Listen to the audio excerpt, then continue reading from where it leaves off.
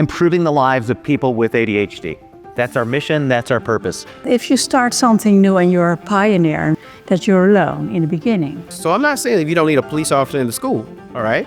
But I am saying that police officers should not be involved in child development or child treatment or making decisions about a child with ADHD. And she called me and said, have you seen the data? So I will start with a primer on genetics, a bit of a crash course. I had a young man probably 20 years ago say, I am more than what I lack. And that has stuck with me to this day. Really need to be listening to what women are telling us because we need to be solving the problems that they're living. More women have the diagnosis than, of course, what we've all ever thought. Depression, anxiety, sadness, loneliness, relationships are impacted. So it's very much present, but it's just the type of thing that doesn't get the visibility that it may in our counterparts. And that is because our brains process information differently. When you are giving some medication, when you are making a diagnosis, these things don't even come in your mind because you don't think they're there, but they are.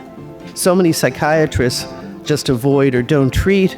If they don't treat ADHD, welcome to my world of not treating substance use disorders. So then there's a question of whether they're just trying to drug me and not help me. And then we have the time too where we're understanding more about the overlap in symptomology of ADHD and trauma.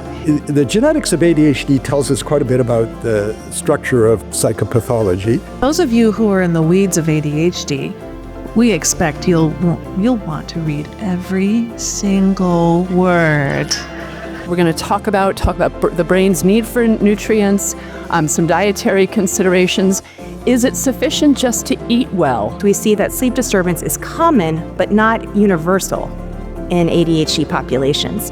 But what exactly is disturbed about sleep and ADHD? Studies with ADHD are also related with inflammation. So I'm very sorry if you hoped that I would come up here and say in 1 minute or so, ADHD definitely caused by social media use, case closed, done. Because I don't think that it is that simple. So children with ADHD are at high risk to develop PTSD, yet again, literature forgets them all the time. We are seeing that there is a bidirectional overlap between ADHD and PTSD clinically. So when we talk about wanting to be evidence-based, we want to have a lot of passion, but we want to make sure the evidence is guiding us in the right places when we talk about it.